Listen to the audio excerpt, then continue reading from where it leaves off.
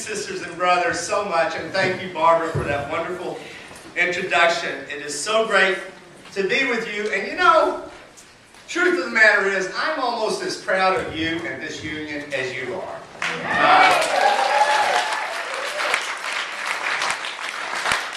One of the highlights of my life as an organizer and activist for social justice and a union organizer and community organizer is the fact that you invited me here last year when you birthed this great union. It's so wonderful, and when Barbara called me 3 months ago, I said, of course I'll be there, and if you call me next year, I'll be here again next year, and if you call me for any reason, I'll be there. So good. So good to see so many great friends who we've been through so much together these last 4 or 5 years, and so many struggles together. It wouldn't be fair for me to start naming them, but there's 2 that I really have to name. Just because of the hours on the phone, and the trips back and forth to New York that they made and I made, and all the ups and downs and thises and that's of everybody who's not treated you with justice, and all we've done together to get you through that and to help create a space where you could create this beautiful, wonderful, now national union. And so I can't make this call without acknowledging both of my dear sisters, Barbara Crane and Lorraine Seidel.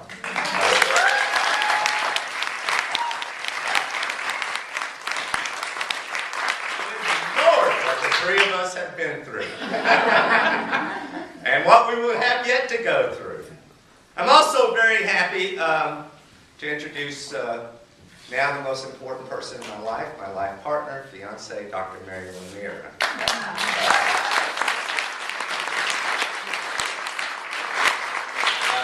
Mary and I have known one another since she was 13 and I was 14, and she was my now passed on sister's best friend. So I helped raise her and then decided 41 years later. So if it doesn't work out, it's my fault. I'm so happy for NFN.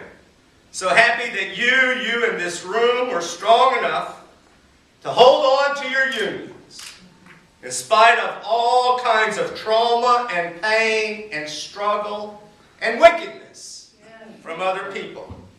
And then to go out and birth this new national union. A democratic union, a nurse-run union, nurse-led union. A union that believes in its members and believes in democracy and believes in the goodness of nurses to change people's lives and to help us change this country.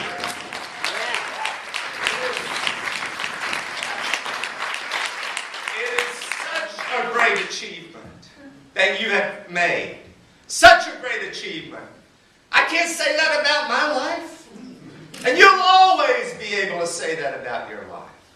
You'll always know, to the end of your days, that you helped create an important institution for good and for social justice and for economic justice and for the welfare of some of the best people in the world and in the United States. I can't stress to you enough what an important contribution you've made to our country, and what an important achievement you have made. You should be proud of that for the rest of your lives. I'm proud, so proud of you for taking up violence in your workplaces at this labor academy. Violence and what your union can do. And you probably know more about what your union can do, but I'm going to offer some things because that's what they asked me to talk about. So I'm going to offer some things and maybe shed some new light on some things. The first thing any union can do to curb violence or mitigate violence or secure better safety and health for nurses or any workers is to give you and all workers voice. To combine individual voices or individual cries in the night into one strong collective voice that cannot be ignored. One strong collective voice that must be heard. One strong collective voice that the boss has to hear, whether she or he ever wants to hear.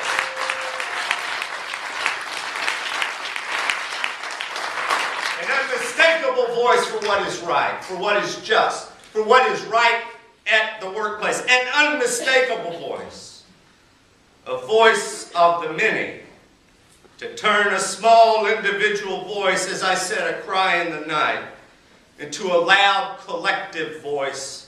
To make our concerns and our welfare a priority for the boss. Our concerns, our welfare a priority for the boss, even if she or he doesn't want to hear it and wouldn't want to prioritize it, to give us voice. The second most important thing our unions do and can do to combat violence at the work site is to give us power. Because after we raise our voices, then we have to build our power and wield our power.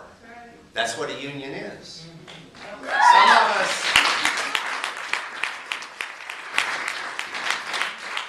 Now I'm going to talk to y'all a little bit. I'm going to get personal with y'all. Y'all can. I'm going to get my dad, when he was preaching, used to say he was going to, what do you call it? He was going to get in your business. Good people with big hearts, like everybody in this room. Good people with big hearts who do what they do out of love for others sometimes get nervous about this question of power. Sometimes it doesn't feel right. Well, brothers and sisters, power is how we get things done. Power is how we change things. And when we are building power to do the right thing, it is a righteous thing to do to exercise that power. That's why we have to understand our inherent power. That's why we have to work to build it. And that's why we have to wield power in the right way for ourselves, our families, our patients, and our country. Power, when used for good, is one of the most important things in the world. And so, your union, as you all know, can give you power and should give you power. That's the purpose of the union. It's how we get things done. It's how we settle grievances. It's how we negotiate contracts. It's how we make our lives better and our work better. Now let me tell you something else. You negotiate with people all the time. And somebody was telling me they're in hard negotiations right now. That's right, we are. They're in hard negotiations right now. And when you go to the table, remember this little thing that Stewart Acuff told you. My kids deserve just as good a life as their kids. My family deserves just as much security as their family. Forget about yourself. Think about your family.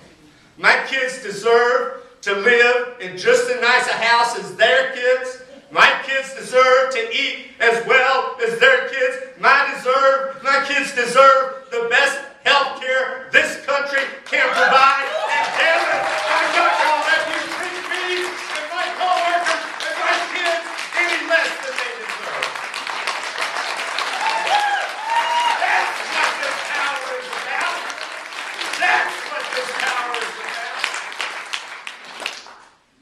Paul came in a day late and $1 short. That's all right, brother.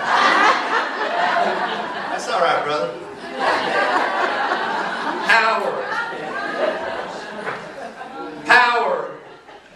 As I said to the Oklahoma State Legislature when they were debating right to work, power, union power, is how workers make our work more noble and our lives less mean.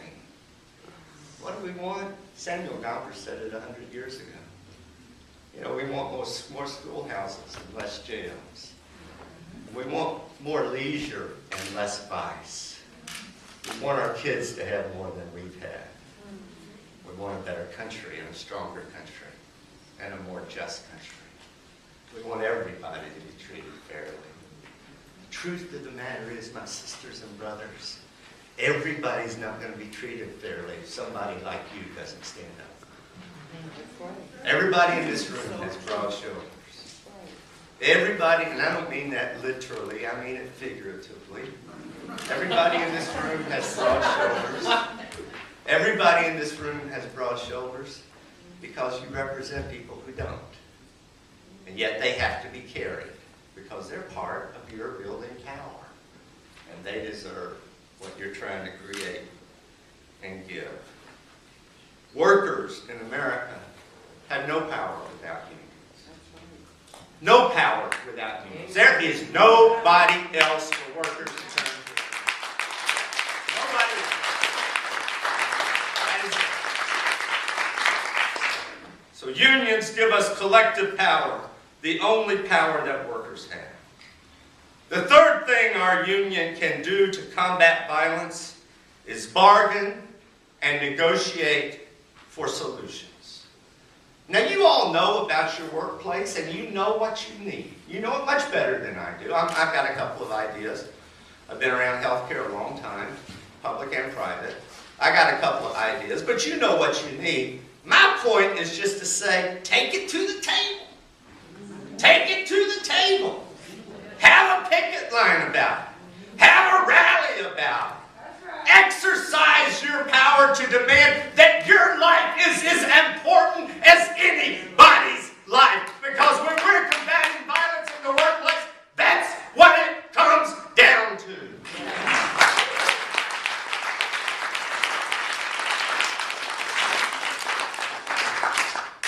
I'm going to get a little personal with y'all today because I feel like I can. You can. Go right ahead. My father has Alzheimer's. And he spent his life as a Southern Baptist minister in the South, Tennessee and Missouri, mainly. He now lives in an assisted living place in rural Tennessee, a wonderful place.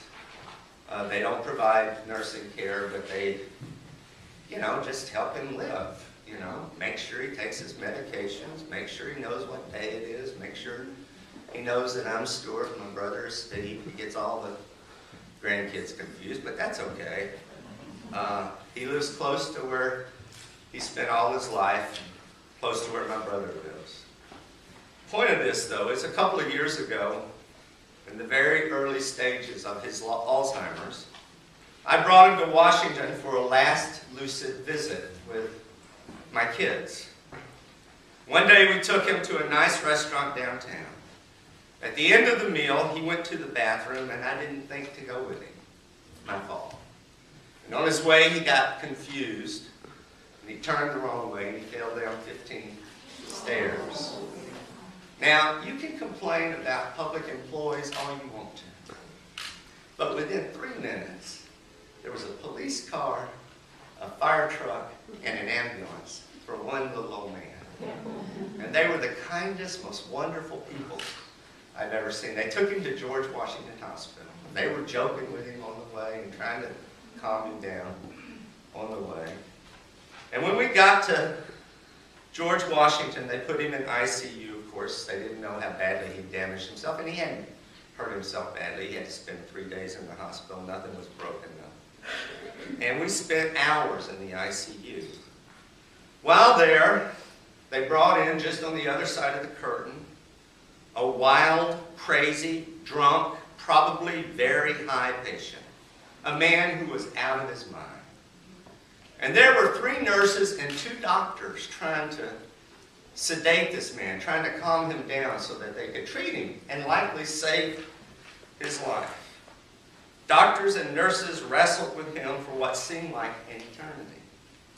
And I remember thinking, why is it only doctors and nurses in there wrestling with this man?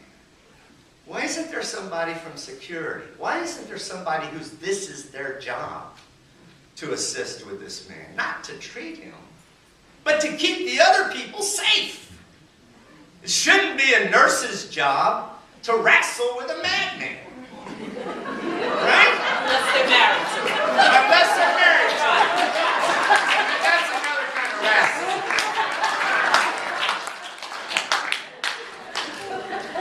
Mary Kay, don't you listen. Why in the world was it up to doctors and nurses to restrain this man? Why isn't there a team of folks who could gently and humanely restrain him while the nurses and doctors treat him, do their real jobs, making him better?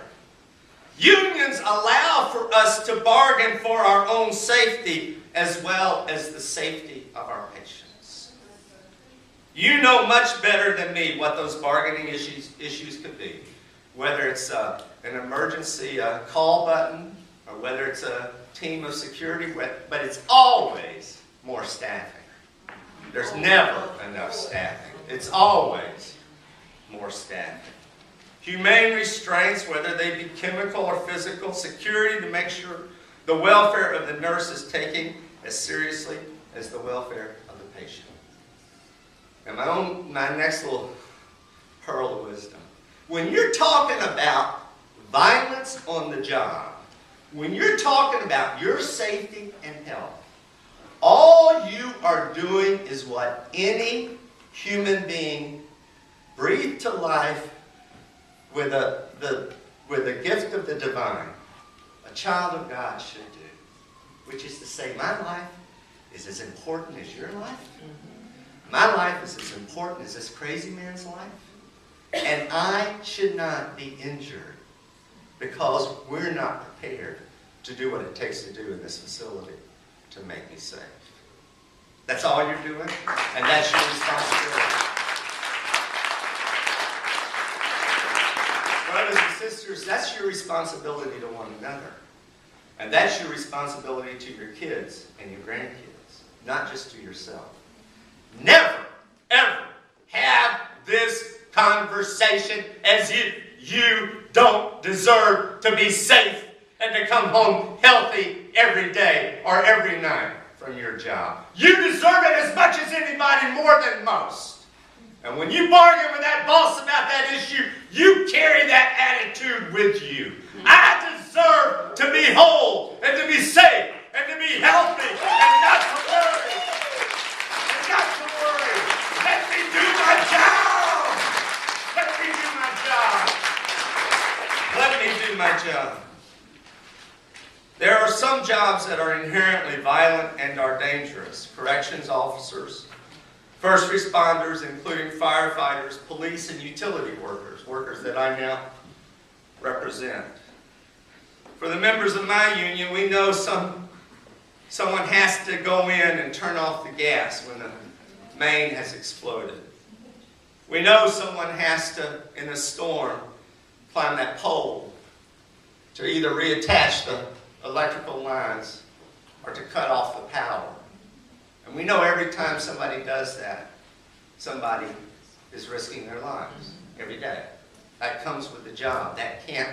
We haven't figured out yet how to fix that. Just like a police officer never knows when he walks into a domestic scene.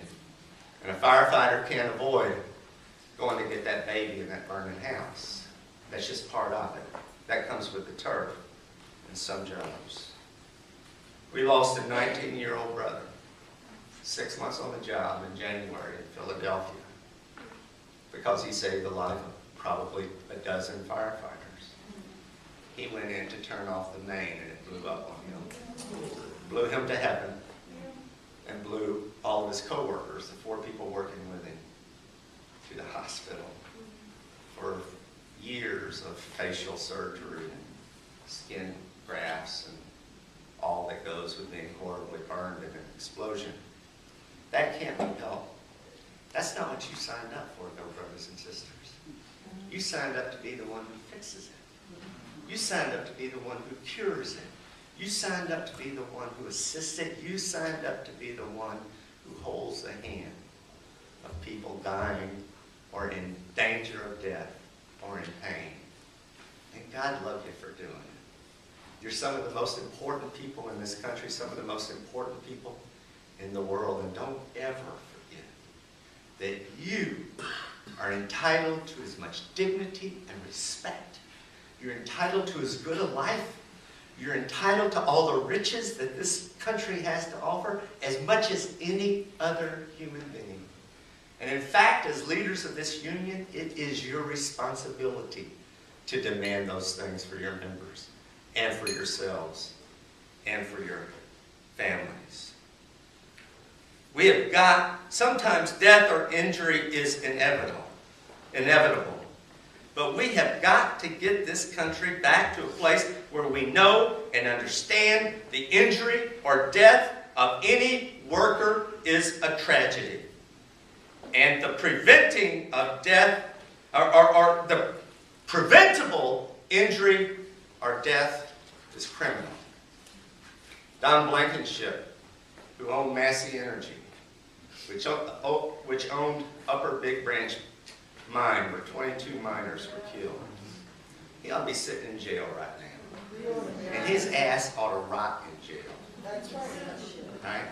Instead, he got a $5 million severance check to walk away for killing 22 miners. Everyone at that mine knew the dust levels were too high in that mine, knew the coal dust was too high, and that any moment it could explode.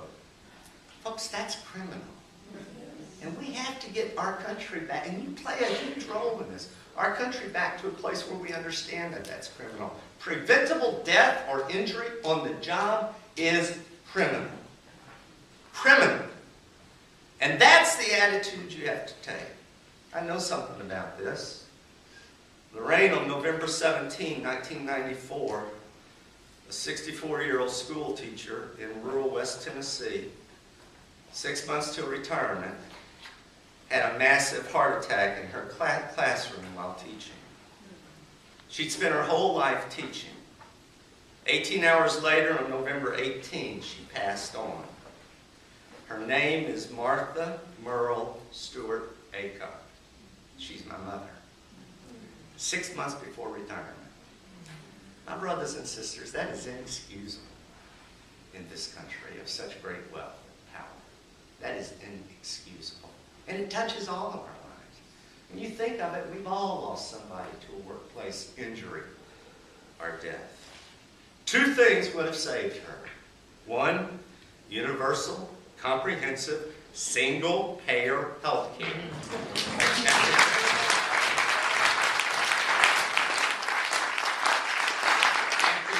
Health care and a less brutal schedule, which is what you all suffer.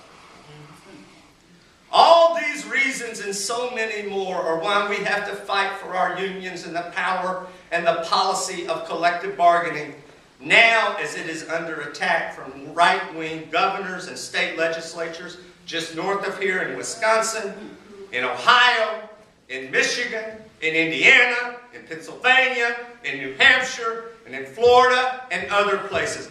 These assaults to destroy collective bargaining for public employees and enact right to work for less are not about bargaining. They have nothing to do with bargaining and budgeting.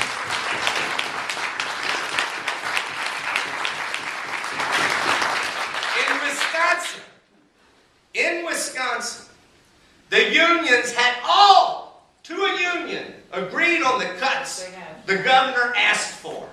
And still, he illegally, in secret, in the dark of the night, convened, in the dark of the night, at 8 o'clock at night, convened the state senate, not in the open hall, but in a private room in his office, to vote to kill collective bargaining. One of the meanest acts in the history of this country. My brothers and sisters, let me tell you, they're not going to get away with it. They're not going to kill our labor movement. They're not going to kill collective bargaining. But they want to, and they want to bad. And they want to because people like the Koch brothers, who own so much of this country. And yes, and the people at the Cato Institute, and the people at the American Enterprise Institute know that the only thing standing between corporate domination of this country and just walking on people like you and me is this labor movement. That's the only thing in the way. And if they can destroy us, they can run this country with all the meanness and wickedness and evil that they want to. My brothers and sisters, we're in a serious fight in this country. Serious fight for our lives, for our unions, for collective bargaining, and for freedom and democracy. You see, when the governor of a state like Wisconsin breaks 3 laws to pass an evil bill, that's a threat to democracy, brothers and sisters. That's a threat to democracy. And when the governor of Ohio, John Kasich, does everything he can. Oh, I'm sorry, I pronounced it wrong. It's John K. Sucks.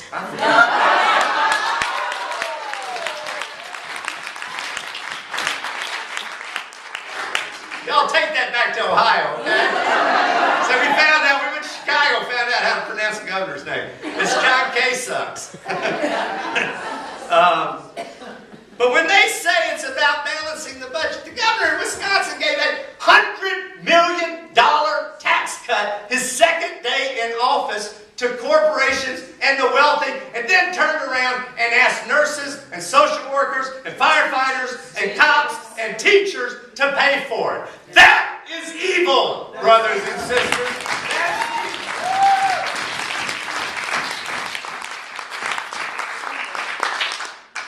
These assaults are about nothing less than silencing the voice of workers and destroying the collective power of workers. I'm going to finish with this. I said this last year, but I'll say it again. Everything, good thing that has happened in this country has happened not because of great men or women, but because of average men and women like you. The foundation for the War for Independence was laid by the first union members in Philadelphia working with Tom Paine, and in Boston working with Sam Adams.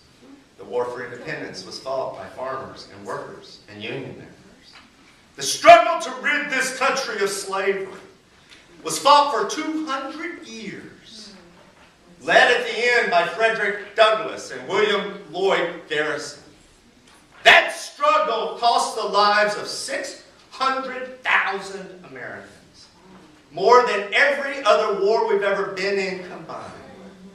But it was worth every life because it destroyed the scourge of slavery, the anchor holding down democracy in this country. Women couldn't vote.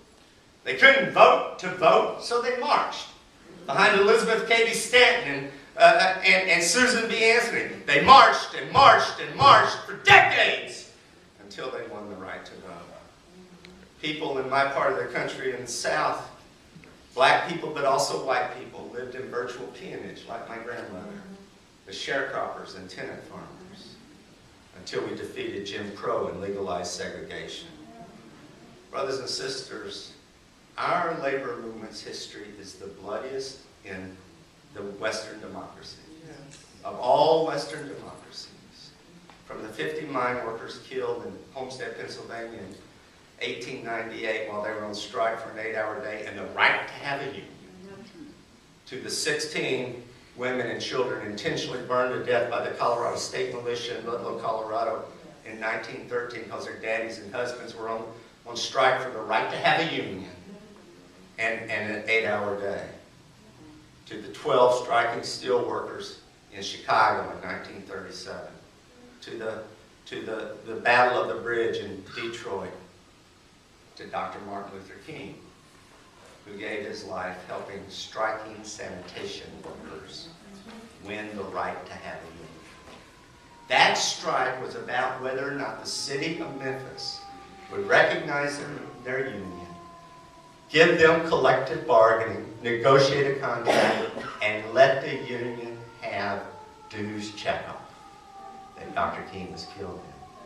Brothers and sisters, there is no more noble work in the world than the work you are doing. God bless you and thank you.